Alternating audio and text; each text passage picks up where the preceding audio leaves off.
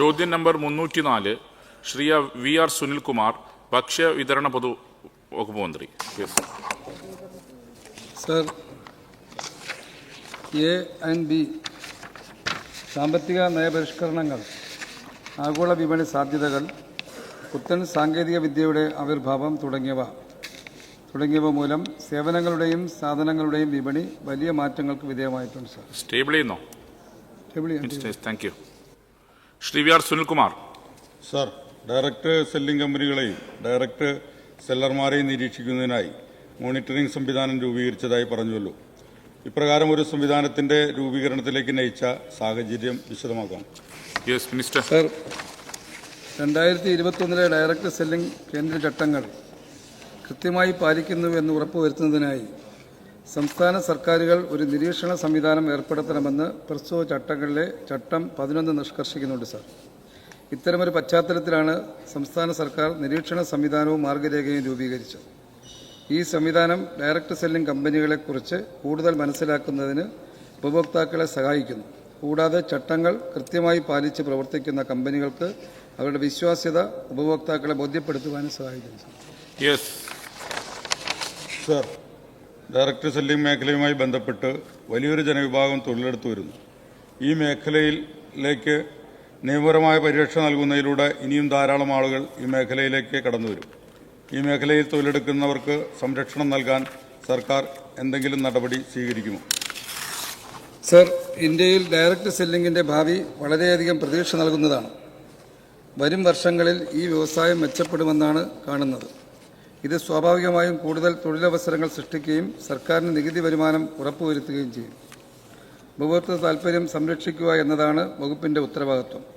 ഈ മേഖലയിൽ തൊഴിലെടുക്കുന്നവരുടെ തൊഴിൽ സംരക്ഷണവും ക്ഷേമവും തൊഴിൽ വകുപ്പുമായി ബന്ധപ്പെട്ടതാണ്. ആവശ്യമുള്ള പക്ഷം ആ വകുപ്പുമായി ആ വിഷയം ചർച്ച ചെയ്യുന്നതാണ്. Sir, Shri E Chandrasekharan. Sir, direct സെല്ലിംഗുമായി ബന്ധപ്പെട്ട് രൂപീകരിച്ചിട്ടുള്ള മോണിറ്ററിംഗ് കമ്മിറ്റിയുടെ ചുമതലകൾ എന്തൊക്കെയാണ്? ഇതിൻ്റെ പരിശോധനയെ കണ്ടെത്തുന്ന, നിരീക്ഷണത്തെ കണ്ടെത്തുന്ന പ്രശ്നങ്ങൾ പരിഹരിക്കുന്നതിന് എന്തൊക്കെ മാർഗങ്ങളാണ് സ്വീകരിക്കുന്നത്? അത് കാര്യങ്ങൾ വിശദീകരിക്കാം. സർ, കമ്പനികളുടെ enrolment, direct selling rules violation സംബന്ധിച്ച് പരാതി സ്വീകരിക്കൽ, ഡയറക്ട് സെല്ലിംഗ് കമ്പനികൾ നടത്തുന്ന നികുതി വെട്ടിപ്പ്, മറ്റ് അനഭിലഷണീയ കച്ചവട പ്രവണതകൾ എന്നിവ സംബന്ധിച്ച് ബന്ധപ്പെട്ട എൻഫോഴ്സ്മെന്റ് അധികാരികളുടെ ശ്രദ്ധയിൽപ്പെടുത്തി നടപടി ഉറപ്പുവരുത്തുക. സംശയാസ്പദമായ കമ്പനികൾ, ഉൽപ്പന്നങ്ങൾ സംബന്ധിച്ച് ഉപഭോക്താക്കൾക്ക് മുന്നറിയിപ്പ് നൽകുക എന്നതൊക്കെയാണ് സർ മോണിറ്ററിംഗ് അതോറിറ്റിയുടെ ചുമതലകൾ. നിരീക്ഷണത്തിൽ കണ്ടെത്തുന്ന പിഴവുകൾ തിരുത്താൻ കമ്പനികൾക്കും ഡയറക്ട് സെല്ലേഴ്സിനും നിർദ്ദേശം നൽകുകയും നിർദ്ദേശങ്ങൾ പാലിക്കാതിരുന്നാൽ നിർവഹണ ഉദ്യോഗസ്ഥർ മുഖേന ഉചിതമായ നിയമ നടപടി സ്വീകരിക്കുകയും ചെയ്യും. മിനിസ്റ്റർ.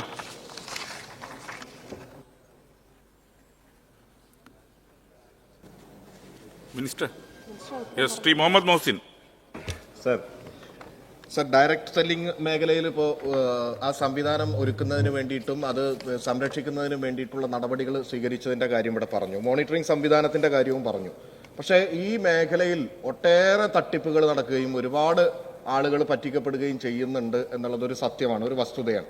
അപ്പം അങ്ങനെയുള്ള ഉപഭോക്തൃ സംരക്ഷണത്തിന് വേണ്ടി എന്തൊക്കെ സംവിധാനമാണ് ഉണ്ടായിട്ടുള്ളത്? ഈ സാധനങ്ങളും സേവനങ്ങളും വാങ്ങുന്നത് അത് നിരീക്ഷിക്കാനും അതോടൊപ്പം തന്നെ അതിൽ പരാതി ഉള്ളത് ഗുണഭോക്താവിന് അല്ലെങ്കിൽ ഉപഭോക്താവിന് അത് പരിശോധിക്കാനുമുള്ള ഒരു സംവിധാനം ഈ മോണിറ്ററിംഗ് സംവിധാനത്തിന്റെ ഭാഗമായിട്ടുണ്ടോ എന്നുള്ളതാണ് ചോദ്യം. സർ, നിരവധി തട്ടിപ്പുകളും ഉപഭോക്തൃ ചൂഷണങ്ങളും ഈ മേഖലയിൽ ഉണ്ടായിട്ടുണ്ട്. സർ, അതൊരു വസ്തുത തന്നെയാണ്. അതുതന്നെയാണ് ഇത്തരത്തിൽ ശക്തമായ ഒരു നിരീക്ഷണ സംവിധാനം രൂപീകരിക്കുന്നതിന് സർക്കാരിനെ പ്രേരിപ്പിച്ചത്. സംസ്ഥാനത്ത് പ്രവർത്തിക്കുന്ന ഡയറക്ട് സെല്ലിംഗ് കമ്പനികൾ ഉപഭോക്തൃകാര്യ വകുപ്പിൽ എൻറോൾ ചെയ്യണമെന്ന് മാർഗരേഖ നിഷ്കർഷിക്കുന്നുണ്ട്.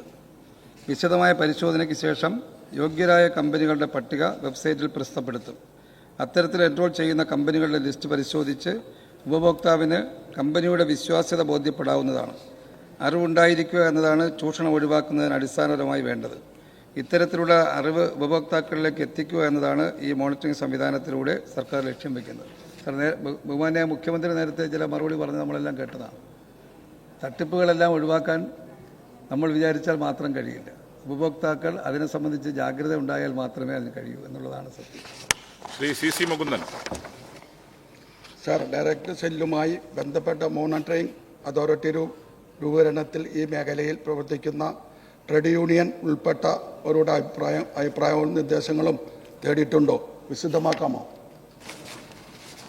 സർ, ഈ മേഖലയിൽ പ്രവർത്തിക്കുന്ന ട്രേഡ് യൂണിയനുകൾ, ഡയറക്ട് സെല്ലിംഗ് കമ്പനികളുടെ അസോസിയേഷനുകൾ എന്നിവയുടെ പ്രതിനിധികളുമായി നിരവധി ചർച്ചകൾ നടത്തിയിരുന്നു. സർ, തിരഞ്ഞെടുക്കപ്പെട്ട പ്രതിനിധികളും മേഖലയുമായി ബന്ധപ്പെട്ട് പ്രവർത്തിക്കുന്ന ഉദ്യോഗസ്ഥരെയും ഉൾപ്പെടുത്തി വകുപ്പ് ഈ വിഷയത്തിൽ ഒരു ശില്പശാലയും സംഘടിപ്പിച്ചിരുന്നു.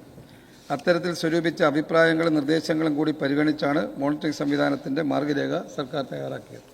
ശ്രീ മഞ്ഞളാംവേലി.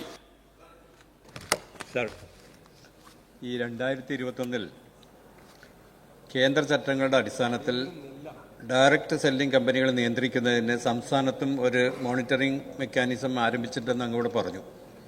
സർ, എന്നിട്ടും തെറ്റിദ്ധരിപ്പിക്കുന്ന പരസ്യങ്ങളുടെയും കൃത്യമായ മേൽവിലാസമില്ലാതെയും ഉപഭോക്താക്കളെ കബളിപ്പിക്കുന്ന ഡയറക്റ്റ് സെല്ലിംഗ് കമ്പനികൾ സംസ്ഥാനത്ത് ഇപ്പോഴും സജീവമാണ്.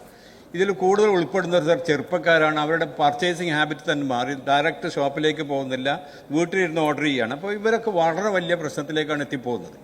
സർ, അപ്പോൾ ഇതുവരെ ഈ മോശമായിട്ടുള്ള കമ്പനികൾ അവരുടെ ലിസ്റ്റ് പ്രസിദ്ധീകരിക്കുമോ? ഈ ഡയറക്റ്റ് സെല്ലിംഗ് കമ്പനികളുടെ ലിസ്റ്റ് മോണിറ്ററിംഗ് സെറ്റിലുണ്ടായിരിക്കും, അത് പ്രസിദ്ധീകരിക്കുമോ? മോശമായ കമ്പനികളെയും ചീത്ത കമ്പനികളെയും സർ വേറിട്ട് അവരുടെ ലിസ്റ്റ് പ്രസിദ്ധീകരിക്കുമോ? അതാണ് എൻ്റെ ചോദ്യം. Yes minister. സർ, ഞാൻ നേരത്തെ വിശദീകരിച്ചു ആ വിഷയം. ഈ സംവിധാനം നമ്മൾ ആദ്യമായിട്ടാണ്, ഒരുപക്ഷെ ഇന്ത്യയിൽ ആദ്യമായിട്ടാണ് കേരളത്തിൽ ഇങ്ങനൊരു സംവിധാനത്തിലേക്ക് എത്തുന്നത്. ഇത് ആരംഭിച്ച് കഴിഞ്ഞതേ ഉള്ളൂ. അതിനെ സംബന്ധിച്ചുള്ള ലിസ്റ്റ് തയ്യാറാക്കുന്നുണ്ട്. യഥാർത്ഥ ഉപഭോക്താവിന് അടുക്കാൻ കഴിയുന്ന സ്ഥാപനങ്ങൾ ഏതാണെന്നും എന്നുള്ള വ്യക്തമായിട്ടുള്ള വിവരം പ്രസിദ്ധീകരിക്കുന്നതാണ്.